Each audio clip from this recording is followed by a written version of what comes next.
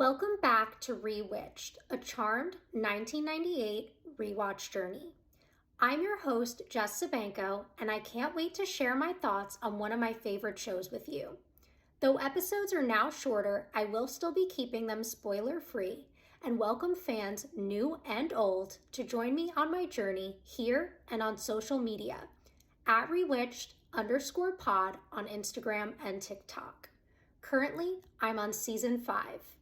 All right, so this week we're talking about season 5, episode 18, Cat House. This one I really enjoyed. I think it's a fun episode. We get lots of flashbacks. We get to see some old stuff from the earlier seasons. And it's a really interesting kind of like character study specifically on Piper and Leo, as well as kind of like our magical plotline that goes on in the episode. In terms of our innocent and villain of the week, we have Katrina, who we find out is Kit in human form, which I was so excited to see Kit back and get more of this lore on Kit, see like who she is. Official confirmation that Kit is a girl, I guess, because there was some back and forth of like, is Kit a girl or a boy throughout the earlier seasons, but in this one, they're really solidifying that Kit was a female cat. In terms of our villain of the week, we do have an unnamed warlock who is played by a young Zachary Quinto with a very silly haircut in this episode. It was giving like very like 2000s like skater punk energy, and I don't know, I don't really like it. Maybe that's just me. For our sisters, we do have each of them kind of going through a little something in this episode, though Phoebe kind of takes a background role in this episode, which I think is really interesting because we don't often see Phoebe as kind of like the sister who doesn't have a major storyline going on. But of course, she is a very active part of the episode still. For Paige, we're seeing that she's really struggling with the fact that she wasn't a part of so many of the memories the sisters have. At the beginning of the episode, Piper and Leo had gone out at a date, and Phoebe and Paige are home with Wyatt, and they're kind of talking about like Piper's past relationships. There's one continuity error that comes up during that conversation that I know people call out all the time. I'm going to call it out here. Phoebe says that Piper was previously engaged to Jeremy, which is not true. They were not engaged. They were just dating for like 6 months. But a lot of that timeline with Jeremy is kind of confusing anyway, even in previous flashback episodes we've seen. So we do have that. I like that she does call out that like Mark was kind of the best of Piper's love interest. Justice for Mark. I did love them in that episode. And, you know, we get a little bit of like Paige knew about Dan, but didn't really know the full extent of things. We see later on that she wasn't aware that like Piper had blown up Leo multiple times, though I feel like that has happened during episodes where Paige is present. And at some points in this episode, Paige seems to be suffering from amnesia because the writers are not keeping clear track of the past in the show. For example, when she's like to Phoebe, like, you were blonde, like Phoebe was blonde when you met her, Paige. Just think back to about a year ago. But I won't blame her, I'll blame the writers for that because like keep track of what's going on in the show. But anyway, once again, I am feeling very sorry for Paige because she does feel this disconnect of not having been a part of their life. She talks about wishing she'd gotten to know them back then and also that she'd gotten to meet Prue, which again, oh, my poor baby Paige. Like, I said it before, I'll say it again. Are there any episodes this season where I just don't feel super sorry for her and like she doesn't just break my heart because I love her so much? Like, Paige is definitely becoming my favorite sister, I think, even though I'm still very much a Piper girly at heart. But anyway, we do see her getting to see some of those memories and like really getting into them, like especially the engagement one, and like her and Alyssa Milano are both killing like the facial expressions throughout them viewing these memories, because a lot of times they're silently observing before they have their little quips afterwards. So they do both do a really good job of playing on their face exactly how it is that their characters are responding to seeing these past events between Piper and Leo.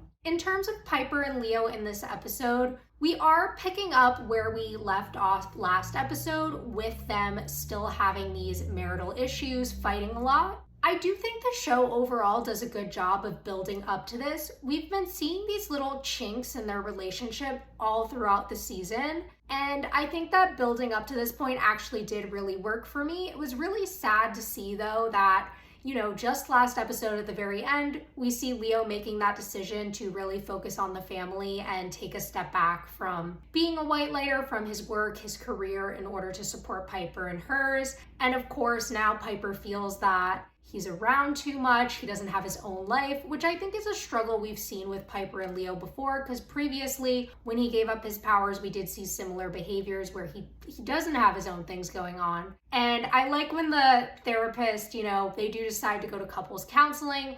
At Phoebe's advice, this is someone she's worked with the column talking to and getting advice from, and so kind of sends them to go there, and does suggest that they use magic to speed along the process and help them kind of get through these hurdles in their relationship. So as they're doing that, we definitely do see that the therapist kind of points to Leo maybe having a codependency, which Piper definitely agrees with. But then Leo pretty validly does bring up that she has the same thing with her sisters, where they have to do everything together. Of course, a lot of that is connected to their magical destiny and the fact that they do live in the power of 3, which he kind of makes a little slight about. And throughout the episode, he is kind of pointing to the fact that, it's always them getting involved in Piper and Leo's relationship, which is something we've seen him upset about previously. So that didn't feel at all out of character to me. And I do like the moments of them in therapy. I do like reliving all their memories. Like I said, I think it's a lot of fun to kind of go back, see those old episodes, see those key points in their relationship that got them to where they are today. Like Phoebe said, they've been through so much, and their love always wins. And Piper and Leo really are that couple in the show that are surviving all these obstacles, that have this epic love story that we've seen build up through the last 5 seasons. I mean, since the very beginning, it's been back and forth with these two, had them at a stable place, and now they are struggling, which I think is so common in relationships.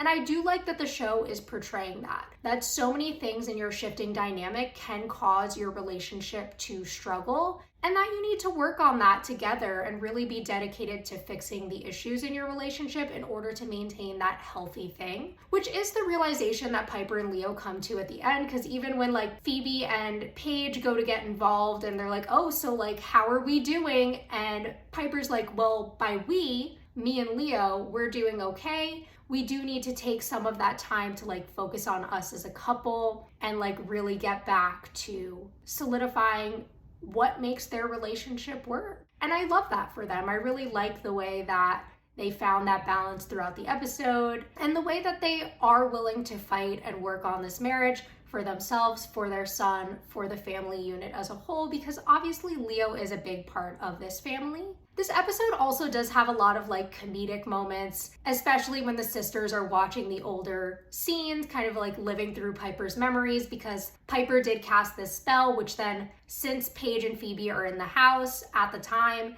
they do get trapped within the memories, as do the warlock. So they kind of think the warlock sent them at first, but then they realize that everything's centered around Piper and Leo and that it must have been a spell that Piper cast. We do have, like I was saying, those funny moments, such as when Paige realizes that early on Phoebe and Piper were fighting over Leo, and she's ew, you hit on Leo. And Phoebe, you could tell she's kind of embarrassed by her past self all throughout that scene. Again, it's something you see very clearly on Alyssa's face throughout the scene. And Rose too, has really great facial expressions throughout. And we see that little bit of oh, let's focus on the warlock here. And we also see kind of when we see Dog Prue in that one flashback, and it's well, you did say you wanted to meet Prue, because of course they weren't able to use any scenes with Shannon in them. I really loved seeing all those little moments. Another thing we see is the fact that they were worried about changing history, which the warlock does slightly when he steps on Piper and Leo's wedding cake topper and breaks it. We then see Piper feel this moment of pain because their past has changed. And there is this weird thing at the very end of the episode where the final image ends on the missing cake topper in the cabinet.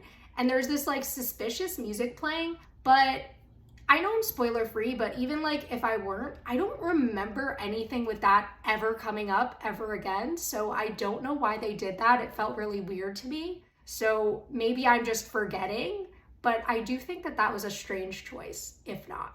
In terms of the warlock storyline, so at the beginning of the episode, we do see Katrina, our innocent, feeding a bunch of cats, and then getting attacked by this warlock. We see her wearing a necklace with a triquetra, which is our first hint that it's Kit, because Kit's collar looked almost exactly the same as the necklace. It might actually be the same talisman, just put on a longer string. We also see that she's able to get away with the help of the cats and then goes to the Charmed One's house, calls Phoebe, who's at work at the time, and is like, oh, like, didn't you used to keep your disinfectant in Prue's cabinet? I need you guys to come home. And Leo and Phoebe's kind of like, what the hell? But then they do eventually come home where she's being attacked by the warlock. Then in the memories, they do eventually realize that the warlock is after the cat, not them. They look to the page, specifically Phoebe in the book, about familiars, come to this realization that Kit was always their familiar. Paige also points out that when she first became a witch,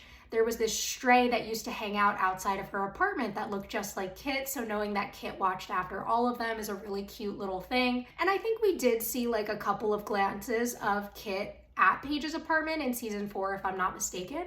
In terms of where that all goes, we do have them eventually having Piper relive a memory, because the first time around, the warlock does kill Kit. The sisters orb up there too late from watching Piper and Leo's engagement scene. And that's when Phoebe starts calling to Piper within the memory, which Leo's kind of like, wow, even in this, your sisters are involved.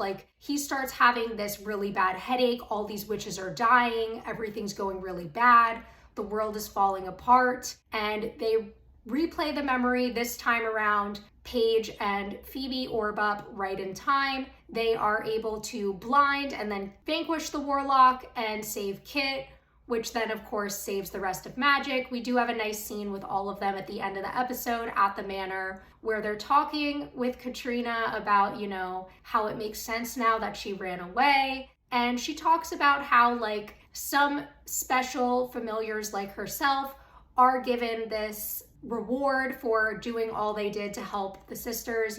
She said that once the Charmed Ones were reconstituted, they didn't need her anymore. And so she was able to take on this role to train other familiars, and that witches depend on them. Without their familiars there to sort of guide them gently, they do risk, not developing their skills, being under attack, things like we saw happening in the alternate reality that almost came to be. She also does have this really cute final moment where she goes over by Wyatt and says for them to call when he comes into his powers, which a little bit like Wyatt does already have his powers, but I guess more so she means when he's learning to control them and actually developing as a witch, as opposed to just being a baby who seems to use magic on instinct right now in order to get what he needs from his family. So, like I said, I found this episode to be really enjoyable. There were some moments where I'm kind of not really working, but overall we do see that things are building, and while this might be in some ways a throwaway episode, it's not really progressing any major storylines. I did like seeing this development in Piper and Leo's relationship. Again, them taking this time to work on the issues they've been having and that have been building up all season.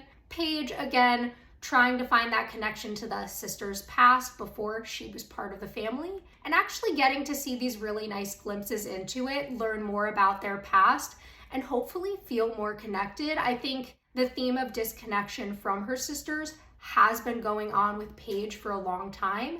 And I'm hoping that by the end of this season, if not at this point, she does feel more of that connection to her past and recognize that she really is part of them, which Phoebe does try to reassure her with early on. But obviously, having missed so much of their lives, that connection that she has to her sisters is always going to be different than that Piper and Phoebe share. And so it does make me sad for her that she feels that so deeply and does struggle with that from time to time. In terms of Phoebe, like I said, she was more in that supporting role in this episode. One thing we did find out is she's struggling a little bit with advice and writing in this episode, so I wonder if that's something that'll continue into the next episode or not. But overall, like I said, seeing Kit back, getting to live through some of those flashbacks, having a fun little Monster Warlock of the Week episode at this point in the season was effective for me.